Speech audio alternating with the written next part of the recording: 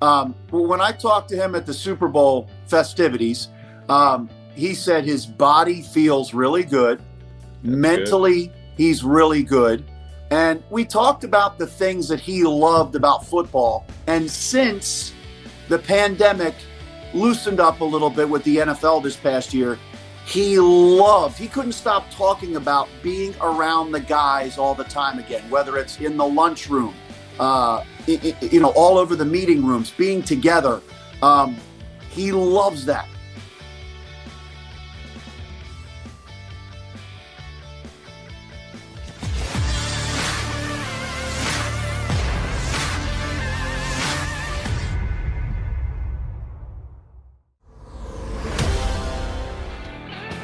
Yeah, your Mac guys here on Birds 365. Thank you for jumping aboard, streaming in with us. Hopping aboard with us right now. You see him on NBC Sports Philly. You see him on NBC 10. You may see him on a tennis court somewhere near your house. John Clark joins us here on Birds 365. How you been, JC? Been really good. How about you guys? How you doing? Good to see you, John. Johnny Airport, and don't forget Takeoff with John Clark. So great podcast with so many big-name Philadelphia stars. Tremendous podcast. I would argue best in the city. So everybody take a look at that.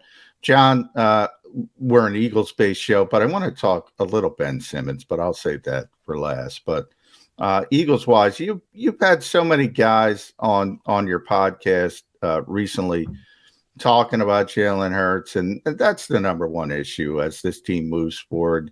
And you saw the press conference and Howie Roseman, Nick Sirianni, sort of that vote of confidence for Jalen Hurts. But we know this team, they do their due diligence. They're going to make the phone calls. Where are they with the quarterback one of this team? Is it 100% Jalen Hurts, or are you leaving a little bit of a door open to go in a potentially different direction? Well, thanks a lot for giving a shout out to the podcast. And yeah, that is the number one discussion. Will Jalen Hurts be the quarterback this year? And, I found it really interesting after the season ended when Howie Roseman and Nick Sirianni said Jalen Hurts is our guy. And I think the key part is they told him that he is their guy. So I think what happened, I'm guessing and surmising that Howie Roseman, as he does, he's done some good intel on the quarterback landscape. And, I think Russell Wilson during last season had it floated out there that there were a certain number of teams that he would want to go to. And his agent must have floated it out there. Eagles were not one of them. So I think Howie Roseman has done his intel, and I think he has spoken to or heard from or gotten intel on Russell Wilson. And my personal opinion is I'm sure they heard that Russell would not necessarily be choosing to be traded to the Eagles. I believe he has a no trade clause or has the ability to decide where he goes. Is that right? Yeah, he does. But let me say this. Let me jump in, John. Last year when this happened, and Deshaun Watson the same way, he had a no trade clause and said, I don't want to come to Philadelphia. But at that point last year, remember, Nick Sirianni was an unknown. They didn't have a lot of weapons. All of a sudden, you have Devontae Smith now. Dallas Goedert has emerged as one of the best tight ends. So things have changed a little bit. Nick Sirianni's a known commodity, did a good job, arguably the best rookie head coach.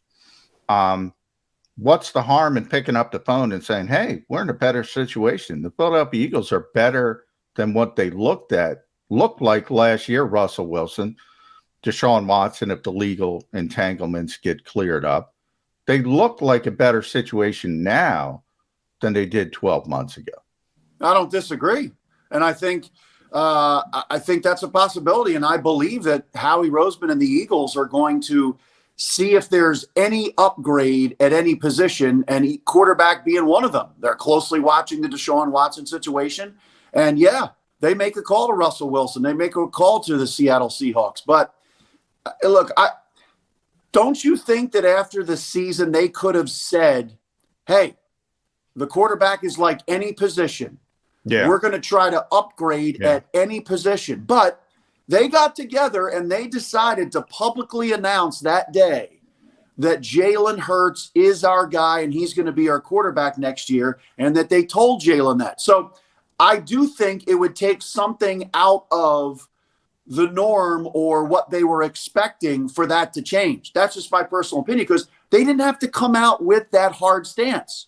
That was, but as my partner likes to say, neither Howie Roseman or Nick Sirianni were under oath at the time. They can Sure. change their story if something comes up that is just significantly better. All right, John. I'm going to bed on Sunday night so I can get up here, get do Birds 365. I got NBC 10 on. I got John Clark giving me my Sunday sports wrap. And I got a cut from the podcast that you did with Brian Dawkins. And he said something that just didn't ring true for me. I want to get your feeling on it. You asked him, rightfully so, about the defensive coordinator and how it worked out in his first year here in Philadelphia. And Doc said he thought he changed his philosophy in midseason. The Gannon started the year one way, but in season he became more aggressive and he took more chances. I don't know that was the case. Now, I know Brian Dawkins knows more about NFL defense than I'll ever know. So I got to give him at least the benefit of the doubt because he's Brian Dawkins, and I sure as hell am not. But I can also evaluate myself. Do you think the Eagles changed their defense midstream? We know they changed their offense. Nick Sirianni came out and said it. We had to become a running-based offense to win, and they did. I think the defense stayed pretty steady all year. I don't think there was any massive change. I just think the quarterbacks they were playing, some of the teams they were playing, weren't quite as good. Did you buy that when Doc was trying to sell it, that over the course of the season, the DC changed his overall philosophy? Well, I think that he did blitz a little more. I do think that he also started to let Darius Slay play some man coverage. I think that he changed up some of those things. I mean, at first, when they started the season, he basically was playing his safeties way back. And look, I get it. You don't want to give up the big play, but it wasn't an aggressive defense. And as Brian said, he thought it was very vanilla, which it was. So if you're having your safeties play way back, and then you start to adjust your scheme and you're playing more single high safety, I think that is an adjustment. And I think Slay was very open. He likes to play man coverage. And I don't think they were doing that early on. And I think eventually they were like, okay, this game, I think it's best if we do that. So I think he did change his defense. And yeah, I wish he was more aggressive. But let me ask you this. Did he have the personnel that allows you to have a defense like Jim Johnson had, an attacking style defense like Brian Dawkins had when he was there? And I don't know if that to be true. Rodney McLeod was coming back from knee surgery. This safety position, not exactly a big strength. You had Darius Slay in the secondary, and then you're asking linebackers and a defensive front that, you know, let's be honest, a defensive front, they weren't exactly getting after the quarterback and getting home. Derek Barnett is the king of getting some pressure, but they weren't necessarily getting home.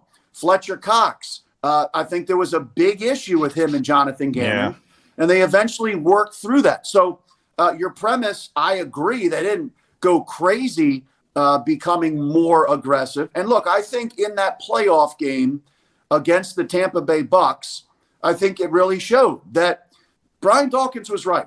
Quarterbacks these days, you can't sit in a coverage for the last 6, 7, 8 seconds of the play clock, because Tom Brady, he's going to see everything and he's going to pick you apart. I did want to see more mixes of coverage and show a look with 15, 16, 18 seconds left in the play clock and mix it up as the play clock is winding down, because Tom Brady picked them apart. Now, one thing is that defensive line was not able to get any pressure until they lost the key lineman. So I agree. I think that they do need to do more. They need to get better talent. Jonathan Gannon needs to be more aggressive, but he did change some things up. He definitely did. And they were playing inferior talent, and that did help out a lot. Well, let's talk about the draft. The combine starts this week, John, and this is going to be one of the most important drafts in Eagles history because they have 3 first-round picks. They start the process with 3 first-round picks. So no guarantee how he's going to potentially trade up, trade down, trade out. But let me ask you this. You mentioned defensively, they need to restock the cupboard, so to speak. They need more talent. I think we could all agree with that. Do you think this team, if they take those 3 first-round picks, are they disciplined enough? Because you know Jeffrey Lurie, you know what he likes. You've been around this team for a long time. He thinks you need an explosive offense to succeed consistently in the modern NFL. They have an offensive head coach. Would they be disciplined enough to go defense in the first round of the draft? Yeah, I do think so. Because I think they see what they need. And on offense, I think they're really good at tight end. I think they've got a decent receiver, really good receiver with Devontae Smith. And I think you can get a receiver in free agency. And I was doing a podcast with Chris Collinsworth, and he talked about how the NFL is now, you got to have 3 receivers. Yeah. You take a look at the Bengals, and you got to have a different style. So I think you've got the speed with Devontae Smith, Quez Watkins, boom, send him down the field, attract the safety help with Quez Watkins. And then I think you need a big-bodied receiver. And I think you've got a couple guys out there where you can accomplish that. Mike Williams, who used to play for Nick Sirianni with the Chargers. You've got a couple of other guys out there, Allen Robinson, that are available. So I think you can take care of getting that 3rd receiver who would become your 2nd receiver or a tandem with Devontae Smith. I think you can take care of that in free agency. And I think then you go get pass rushers. You saw in the playoffs, the Super Bowl, it always comes down to the biggest moments, guys on the defensive front or an outside linebacker spot getting to the quarterback. And they desperately need that. If Derek Barnett is gone, Fletcher Cox is getting up there once again. Go get pass rushers. And the thing I agree with Brian Dawkins about, you need a really good defensive playmaker at each level of your defense. I think they've got that with Slay. You need to get a playmaker at linebacker, but more importantly, you need more pass rushers. So I think, yes, they will be disciplined to either do 2 of 3 or all 3 on the defensive side of the ball. All right, JC, I want to ask you about a guy who you've talked to recently for your podcast. And if he whispered sweet nothings in your ear and you want to divulge here, yeah, I know that hasn't happened, but we'll take it any way we can get it. But I'm going to ask you interpret a little bit. Jason Kelce, we expect that a decision will be made between now and the start of the year. He hasn't committed to play. He hasn't committed to not play this year. And I think it will have a big impact on what the Eagles do in both free agency and the draft. Jason Kelce coming back for 2022? I think so. When I talked to him at the Super Bowl festivities, he said his body feels really good. That's mentally, good. He's really good. And we talked about the things that he loved about football. And since the pandemic loosened up a little bit with the NFL this past year, he couldn't stop talking about being around the guys all the time again, whether it's in the lunchroom, all over the meeting rooms, being together. He loves that. And I think he knows he would really miss that. So I think if the body and mind are feeling good, and talking to his brother said he thinks Jason has a number of really good years left and that he absolutely loves football. He did say, a big but, that he's got 2 really young girls at home, young kids at home that he really loves and adores and wants to spend more time with. But I get the sense that he is leaning towards, or the family believes that he will come back. And one Eagle that I talked to, he said, I think he's coming back. We've got unfinished business. He saw the team, the way they were able to run the ball, and you found something with this team. It's unfinished business, and he wants to come back. And give credit to the NovaCare chefs, because Jason Kelce loves that cafeteria, John. I want to go down to the first coast of Florida with you John Clark, because you've talked to Doug Pederson a number of times, and he ends up in Jacksonville. Boy, that's a great situation. I don't know about the organization, because the organization has been a disaster, but Doug Pederson teamed up with Trevor Lawrence. For a head coach in this league to get a talent at the quarterback position, again, you do hedge with the Jaguars because they've been the Jaguars. But, boy, that's a good spot for Doug Pederson. Do you see it the same way? I agree with you. I did have one Eagles player who played for Doug that said he would have wanted him to go somewhere else because of that Jaguars situation. But I agree with you. I mean, it's almost like kind of starting over with Carson Wentz. Carson Wentz, a young quarterback. You got Trevor Lawrence. And I think Doug, look, Philly is a really tough market. And Andy Reid talked about going from Philadelphia, one of the toughest football markets, to Kansas City, where first press conference, you've got some writers who went up and shook his hand and gave him a hug. And I think Jacksonville is a tremendous landing spot for Doug. And in those conversations with Doug, he said he learned a lot from being a head coach in Philadelphia, how to deal with the media, because he didn't really have that in some of these other places. So I do think it is a great spot for Doug. The pressure obviously is not as hot in Jacksonville as it is in Philadelphia. And as you said, the young quarterback, and I think they've got money to spend, and they're going to try to go get a free agent receiver or two.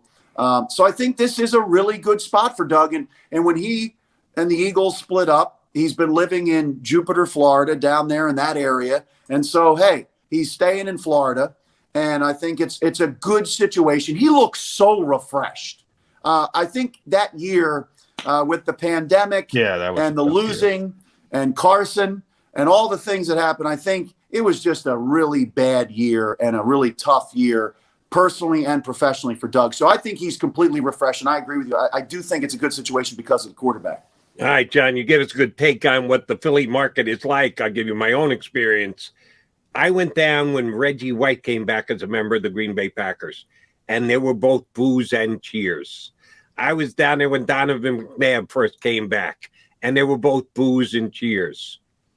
Will there be any boos when Doug Pederson leads his Jacksonville Jaguars out onto the field this year because the Jags are coming to Philly? Is there going to be any mixed reaction for Coach Dougie P? I think you know the answer to that. No way.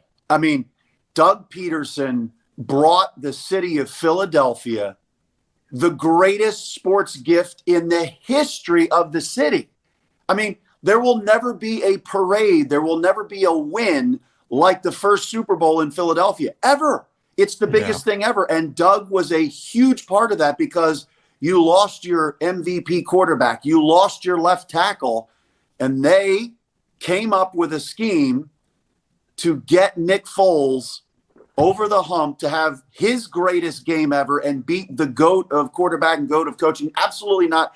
Doug Pederson is a hero for life in the city of Philadelphia. I mean, are you with me? I don't think there is one single person who's booing Doug Pederson. I think most people I think the majority of people felt he shouldn't have been fired. Well, I agree, John. But then, I think about, sitting in Minneapolis that night, and I remember talking to people at my hotel bar and saying, all right, well, Doug's got a lifetime dispensation card in Philadelphia. You're right. It's never going to be matched. Turns out that was 3 years and he's out, which tells you this is a tough market. So I think more of the pressure is on Nick Sirianni. He better win that game. If Doug No Pederson doubt. comes in, I mean, if he loses that game, I don't think people are going to be happy with Nick Sirianni. He could get booed. He could get booed the next week. I think you are dead on, Johnny Mac. I know McMullen wants to ask you a Simmons question, but I'm going to beat him to it. I'm going to ask you a Harden question. How tempted were you to get to the airport when you found it? Or was he just driving down from Brooklyn? I don't even know. First time he stepped in the city as a 76er. What was his mode of transportation when he got here, Johnny Airport? Well, I was in L.A. for Super Bowl week. Ah. And I couldn't hop on a little plane, private plane, because I don't have that kind of access. You know, I fly in coach and commercial, but he actually went home to Houston after the trade, and he came into Philly from Houston, and I was able to get that intel to our good people at NBC 10 and NBC Sports Philadelphia, and they got the arrival. But Daryl Morey beat us to it. The social media team of the Sixers sending out the big hug. Right. Daryl finally getting his guy. So, yeah, that's a big arrival. The Beard arriving in Philly was a big arrival, and I was out in L.A., but we took care of it. You can't beat the teams these days, though. They've got their own they do it production. themselves. Yeah, they do it themselves. Your most recent take off with John Clark, Danny Green. So the Sixers swingman talking about obviously the trade and James Harden's debut, which 2 games it's been spectacular. I mean, 2 games is 2 games, but I think people are starting to realize what it means to have a shot creator on the floor with Joel Embiid. But when you look back at the Ben Simmons era and, you know, you look at how it started in the Sixers, you know, and how they handled Ben Simmons, what do you think was the crux of, and I'm not talking about, you know, giving up the dunk. I'm talking about the Sixers in player development and the fact that they had Ben Simmons is tremendously talented. I think we could all agree, but the player development wasn't there. Where do you think that crux was? What did the Sixers fail at? Well, first of all, they all tried to get Ben Simmons to unlock that part of his game, shooting the ball. And Brett Brown publicly tried. Elton Brand said, we spoke to him. He is going to shoot more. He's going to take more shots. It didn't happen. So then Doc Rivers and Daryl Morey come in and they said, how can we get the best out of Ben Simmons? And I think they said, we need to, I don't want to use the word coddle, but we're not going to push that whole shooting thing with him because he apparently doesn't like it. So I think they decided we are going to publicly praise him and we are going to praise him as well, build up the strengths of his game. And obviously that comes back to haunt you in the playoffs always. It happened in the series against the Raptors when Jimmy Butler had the ball instead of Ben Simmons. It came back to haunt him again. I think, my opinion, what happened was I think Ben started to see, and at the trade deadline last year, Daryl Morey comes in, and Ben sees that, hey, this team is built around Joel Embiid. And I think he saw, and once he was basically told that you're probably going to be traded for James Harden in that trade with Houston, that Brooklyn in the end beat out the Sixers and had a better offer. But I think he saw that, hey, they're willing to trade me. They wanted to get James Harden. And I think he started to feel like, well, I guess I'm not the big 1A, 1B with Joel Embiid. It's Joel's team. And I think Ben also, I think he probably saw Joel being the guy and probably wanted to be the guy. But my personal opinion is that I don't think Ben loves the game as much as Joel. And I also think Ben loves the trappings more than the game. The cars, the model girlfriends, the mansion in LA, the mansions other places, having a private plane at his disposal at any time, going overseas to London or Paris or whatever. I think he started to enjoy the trappings more than the game, jewelry, all that stuff. And for me, if you absolutely love the game, you play this past season and you say, I'm going to stick it to the Sixers. I'm going to have my best year ever. And they're going to trade me. I'm going to build up my value and they're going to trade me for something bigger and better, a better situation for him. Now, you know, you could say he got what he wanted to the Nets, but I do think he started to feel that the Sixers were putting all of their attention on Joel and trying to get James Harden, which they did at the deadline last year. And Ben said, okay, you don't love me like you love Joel. You don't want me here as much as Joel. And I think that really got in his head. And I think the family also really puts it in his head. And yeah, I think the Doc comments, Joel's comments, all that stuff was kind of like the icing on the cake. But I think it all started with that moment last year where Ben was basically informed that he's going to be traded for James Harden. And I'm told Ben did cry about that. He had tears. So look, it's a mess, but in the end, it is all on Ben. It is all on Ben. Yeah. It's over and done with now. Harden's here. He's in Brooklyn. Good luck, Ben. We know we're not going to see you on the 10th. There's no way he plays in that game. Maybe we'll see you in the playoffs. All right, John, last one for me.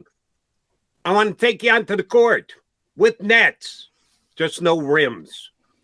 Best of 3 sets. Who wins on the tennis court?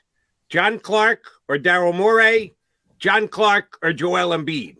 Have you faced off against either guy? Do you want to face off against either guy? If you do, who's winning? I do want to face off against either of them. Look, I've seen Joel's game on video, people seeing him, on a playground in South Philly or Philly. I think I could definitely beat Joel Embiid. He's just learning the game like he learned basketball 10 years ago. A heck of a reach, though. Yeah. A heck of a reach. Yeah, and the serve is starting, 15 feet up in the air. Yeah. So I think I could take Joel Embiid.